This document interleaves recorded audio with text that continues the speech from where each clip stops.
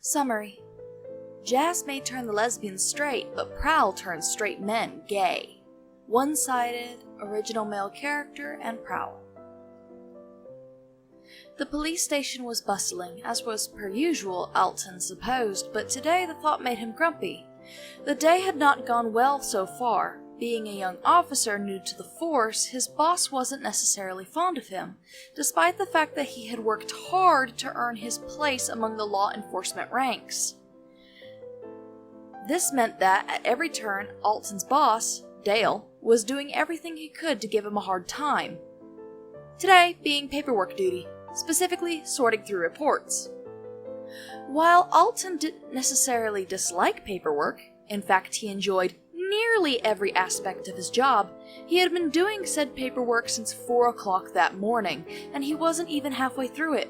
It didn't help that coffee had been spilt on him via a clumsy colleague, things had been knocked off his desk roughly, and there had been a disturbance where one of the suspects brought in had attempted to flee and had nearly tackled him to the ground in his attempt.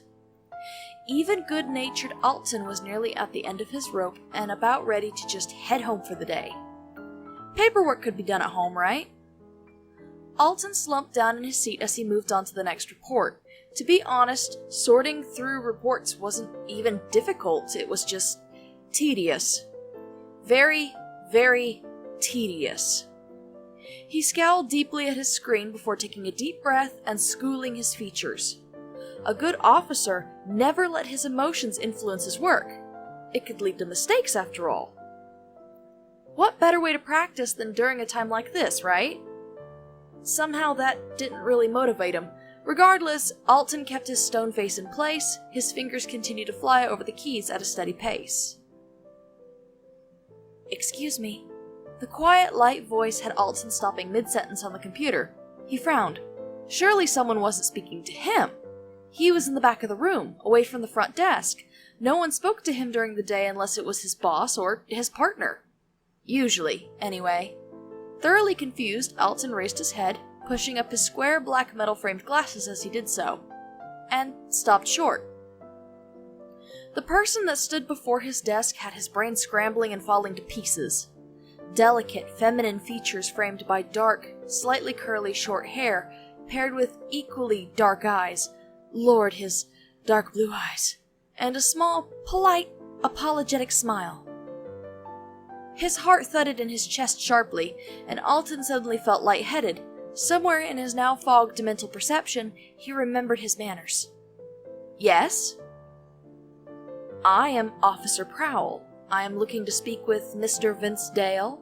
Perhaps you could direct me to his office, Mr. Officer Prowl trailed off. "Officer Alton Mitch, at your service." Alton hurriedly stood up from his desk, nearly knocking his phone off for what would have been the second time that day. "Yes, Mr. Dale's office is just this way." Scooting around his desk, Alton was quick to show the way to his boss's workstation. On the way there, he found himself sneaking small peeks at the handsome stranger that walked next to him. Alton was certain he wasn't from around here. No, the officer knew nearly everyone in town, and he would definitely remember a face like that. From what Alton could put together, Prowl was probably either from a town further out, or, more likely, a big city. Furthermore, where Alton had first thought Prowl to be a young woman with a deeper voice, he found himself corrected. While Prowl carried the delicate features of a female, and even seemed to portray more than a few qualities pointing in that direction, a few key physical features did not. Prowl's chest was flat, and there was the distinct way he carried himself and walked. Women didn't walk that way, not normally. Alton would know better. He was straight, although Prowl was changing that fact. Rapidly. Shaking the thoughts free from his mind, Alton opened the door to his boss's office, let Prowl go first, and then followed through, making certain to shut the door behind him. Unfortunately, Mr. Dale was on the phone, and in what sounded like a very heated argument. He didn't even look up at them, instead snapping into the phone that wasn't good enough, or something along those lines. Alton thought that perhaps Prowl would demand Dale's attention, but instead the dainty man waited patiently, his dark blue eyes trained on Alton's boss like a pair of lasers, his posture perfect. A little creepy, Alton wasn't going to lie. The thought of those eyes trained on him, however, made a shiver crawl down his spine. Good God, this man wasn't human, was he? No, that was silly to think. Still, Alton couldn't remember the last time he'd been this wound up. Not even Mia, the woman he had thought about marrying, had ever made his heart race like this, or his face heat up like Prowl had. Just who was Prowl? Curiosity, Alton's biggest flaw, or so he believed, reared its head. At last, Dale hung up the phone and looked at them, folding his hands on his desk in front of them. "Can I help you?" The old officer was quick to snap, but Prowl appeared unfazed. "I was sent to collect the documentation requested." Delicate though he looked, Prowl's voice was far from it. He exuded a sudden air that even had Dale leaning back in his seat a bit, and Alton found his fingers twitching. Prowl meant business, and it made him feel the need to be productive. How strange. Right. From Nest or whatever. Dale waved a hand before beginning to search through his desk drawers.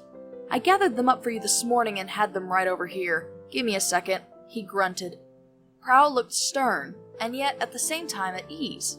Folding his hands behind his lower back, he watched the old police chief rummage around.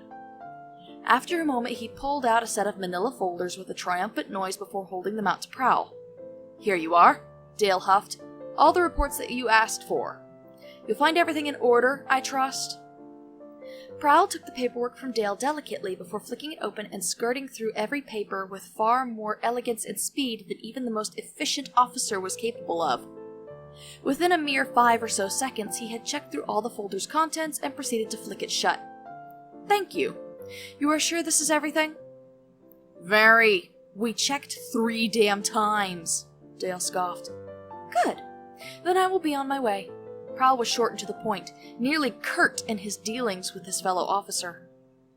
Alton wondered if this pleased or bothered the old chief. It was hard to tell sometimes with him. "All right. Alton!" Dale barked, causing the young officer to nearly have a heart attack. Yes, sir?" Alton redirected his attention to his superior.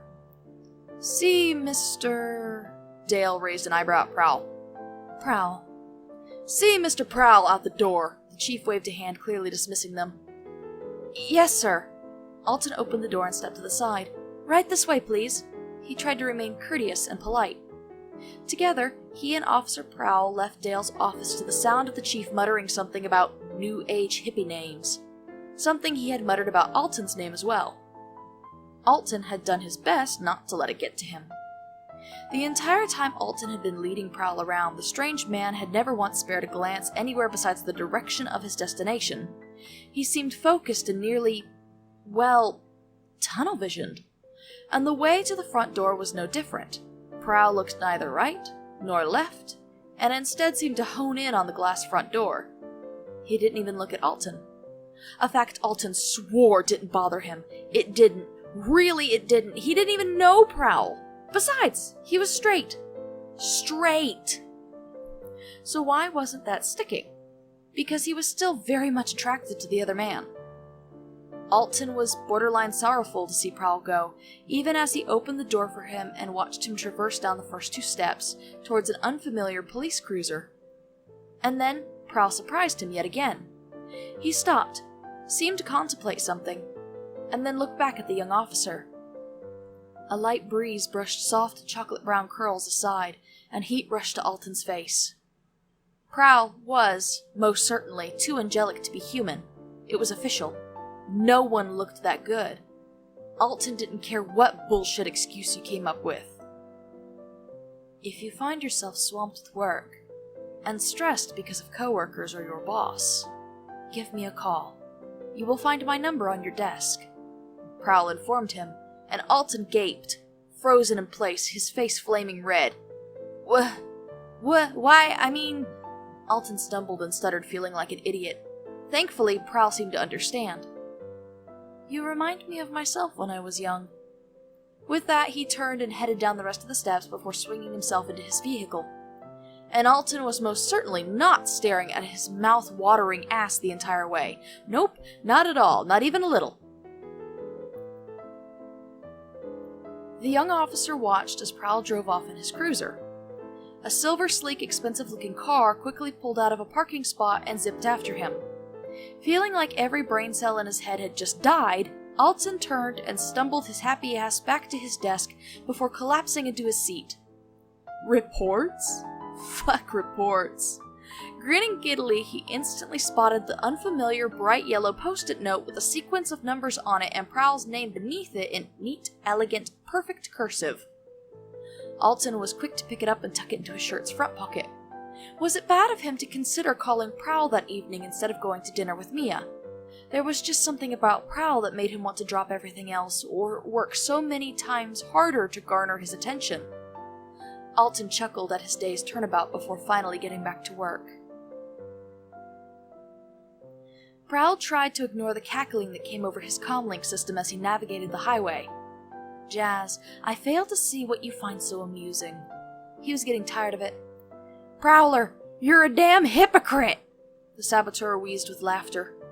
What on earth are you talking about? Prowl found himself honestly confused. For fuck's sake, Prowl, quit turning the straights gay!